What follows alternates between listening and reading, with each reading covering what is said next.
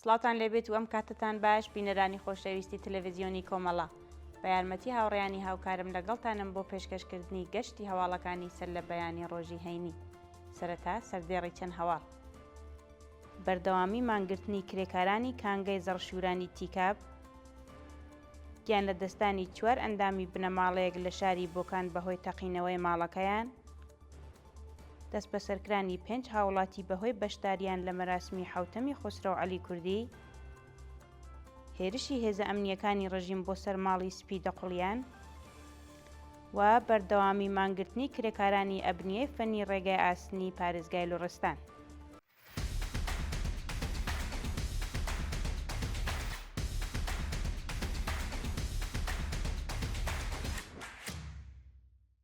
بەردەوامی مانگرتنی کرێکارانی کانگەی زەڕشورانی تیکاب. ڕۆژی پێنجشەممە 4 بەفرانباری 1404 هەتاوی کرێکارانی شاغڵ لە کانگەی زەڕشورانی تیکاب لە ڕۆژی 13 مانگرتنەکەیاندا جەختیان لەسەر بەردەوامی ناڕەزایەتیەکان تا کاتی وەدیهاتنی داخوازیەکانیان کردەوە. بەپێی ئەو وێنانەی بەدەستمان گەیشتوون، کرێکارانی ناڕازی ئاماژە بەوە دەکەن کە بەهۆی بایەخنەدانی بەرپرسانی ڕژیمی کۆماری ئیسلامی بە ژیان و مەعیشەتیان لە دۆخێکی زۆر خراپی ئابووریدا ژیان دەکەن و خوازیاری بەرزکردنەوەی ئاستی حەقدەست بەپێی ڕێژەی هەڵاوسان، دابینکردنی بیمەی دەرمانی کارامە، ئیمنی شوێنی کار و ئیمکاناتی ڕفاهی، پێدانی حەقدەست و مەزایە دواخراوەکان و هەروەها کۆتایی هاتنی گوشاری ناوەندە ئەمنیەکان لەسەر کرێکارانی ناڕازی بوون. گیان لە دەستانی 4 ئەندامی بنەماڵەیەک لە شاری بۆکان بەهۆی تەقینەوەی ماڵەکەیان. لە ڕۆژانی ڕابردوودا بەهۆی تەقینەوەی ماڵێک لە ناوچەی کەلهۆڕ ئاوای شاری بۆکان 4 ئەندامی بنەماڵەیەک گیانیان لەدەستا. بەپێی راپۆرتەکان، پاش ڕوودانی ئەو تەقینەوەیە و برینداربوونی ئەندامانی ئەو بنەماڵەیە، ڕەوانەی یەکێک لە نەخۆشخانە تایبەتەکانی شاری ورمێ کران، بەڵام بەهۆی سەختی برینەکانیان ئەندامانی ئەو بنەماڵەیە بە ناوەکانی سادق حسێن پور، بەیان حسێن پور، نگین حسێن پور و نازیلە حسێن پور بەهۆی سەختی برینەکانیان گیانیان لەدەستاوە. شایانی باسە بەهۆی بایەخنەدانی ڕژیمی کۆماری ئیسلامی بە گیان و ماڵی هاوڵاتیان و هەروەها لە خوارەوە بوونی بەرهەمی کۆمپانیاکان لە ئێران، ساڵانە بە سەدان هاوڵاتی بەهۆی دزەکردنی گاز ژاراوی برینداریان گیانیان لەدەست ئەدەن. دەست بەسەرکرانی 5 هاوڵاتی بەهۆی بەشداریان لە مەراسمی حوتەمی خسرۆ عەلی کوردی. ڕۆژی چوارشەممە 3 بەفرانبار 5 هاوڵاتی خەڵکی پارێزگای خوراسانی ڕەزەوی بەهۆی بەشداریان لە مەراسمی ڕێزگرتن لە یادی خسرۆ عەلی کوردی لە حوتەمین ڕۆژی گیان لە دەستانیدا لەلایەن هێزە ئەمنیەکانی ڕژیمەوە دەست بەسەر کراون. بە وتەی سەرچاوە ئاگادارەکان، ئەو 5 شارومەندە بەناوەکانی مرتەزا کەیوانلو، پوریا قزی، محەممەد کارگەر، یەحیا لەندەرانی و مەهدی سەدرحافز بە هێرشی هێزەکانی ئێدارەی ئیتلاعات بۆ سەر ماڵەکانیان بە توندوتیژیەوە دەست بەسەر و هێشتا چارەنووسیان دیار نییە. شایانی باسە ئەو 5 هاوڵاتیە بە تۆمەتی تەبلیغ دژ بە ڕژیم دەست بەسەر کراون و لە مافی دەستڕاکێشن بە پارێزەر بێبەش کراون.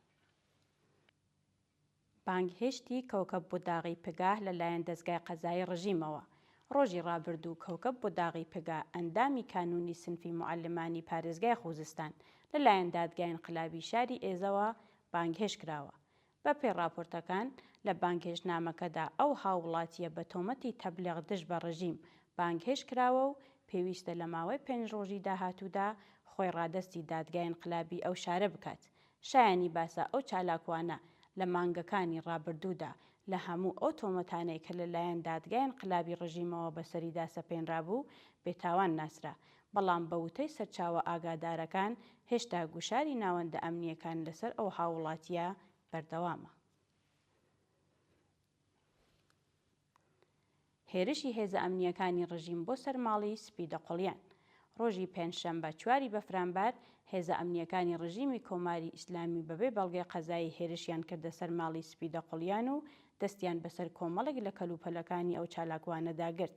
بەپێی دوایین هەواڵەکان، هێزەکانی ڕژیمی کۆماری ئیسلامی بە توندوتیژی و بێڕێزیکی زۆرەوە لەگەڵ ئەندامانی بنەماڵەکەی هەڵسوکەوتیان کردووە و هەڕەشەیان لێکردوون. شایانی باسە ئەو چالاکە کرێکاریە کاتی بەشداری لە مەراسمی حوتەمین ڕۆژی گیان لە دەستانی خسرەو عەلی کوردی لەلایەن هێزە ئەمنیەکانی ڕژیمەوە دەست بەسەر و لە مافی پەیوەندی لەگەڵ بنەماڵەکەی بێبەش کراوە.